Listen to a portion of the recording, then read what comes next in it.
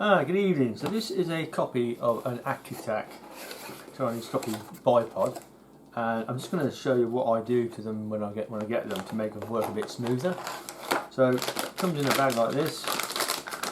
Take that out, and it also comes with two Allen keys. One's a 4mm, one's a 2mm, and it is helpful if you have a 3mm. So what I've got down here, I've got a 4mm, a 2mm, and this is a 3mm wrench as well. I also have some Loctite 222, some lithium grease L2, and a pair of pliers, which is handy for just tweaking up some little bits that need doing. So what you've got here, right? You've got your bipod, you've got an adjustable thing that locks at the bottom. You've also got an Allen key screw that you don't really need to use. That locks the tilt. Okay. That seems to work fine on its own, so I don't generally touch this section. But what I do, I take this off, take that out, because these can work loose in operation, so I tend to Loctite them in with 222 and grease the inside edge. I also take the bipod legs off, take these two screws out here and here, okay, and also take the two springs out the end to actually lubricate them, and then I Loctite those screws in. So what we'll do, I'll just show you taking it apart. So 4mm, yeah, it goes in there. That unscrews that. This one's particularly loose, so just take this out, and this is why I Loctite this one in.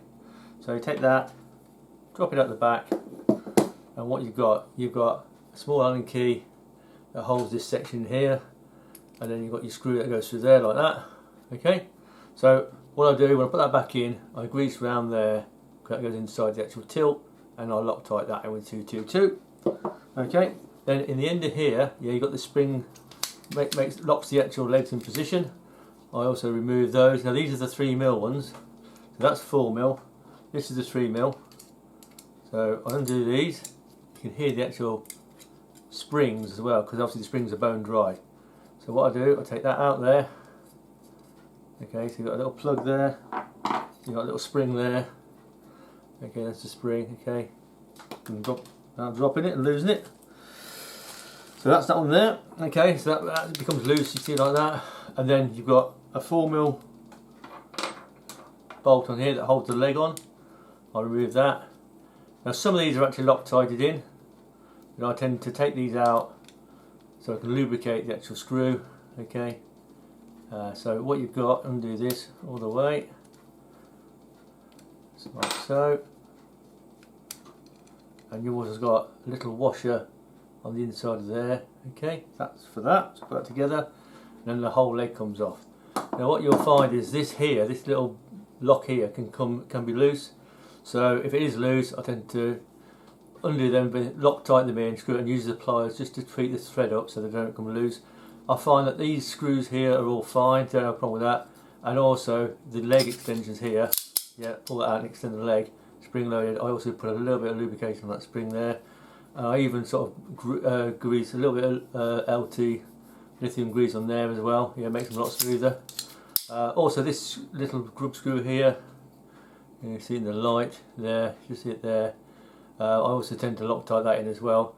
Yeah, so I get it. So if you screw that all the way in, you'll lock that in position. So you need to screw it in and then undo it about 2 turns.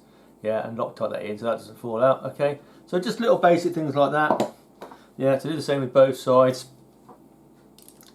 So when you come to put these all back together, yeah, it's just a simple case of lubricating the springs with a bit of lithium, putting a little bit of treble 2 Loctite on. It's not particularly strong Loctite, so you should be able to remove it at a later date if you want to take it apart. But once you set this up, yeah, they seem pretty good. It allows the operation of the actual bipod to be smoother. You can also set the two springs up, depending on how far you screw them in, to make how tight you want the legs to be. Personally, if you put them in almost flush there, you'll find that's enough. So that's that. Take that washer out, take that leg off, yeah, and then you just left this piece here. Okay, yeah, you've got a little Allen key in there, but I don't tend to use that. I mean, you can that actually locks the actual pivot completely.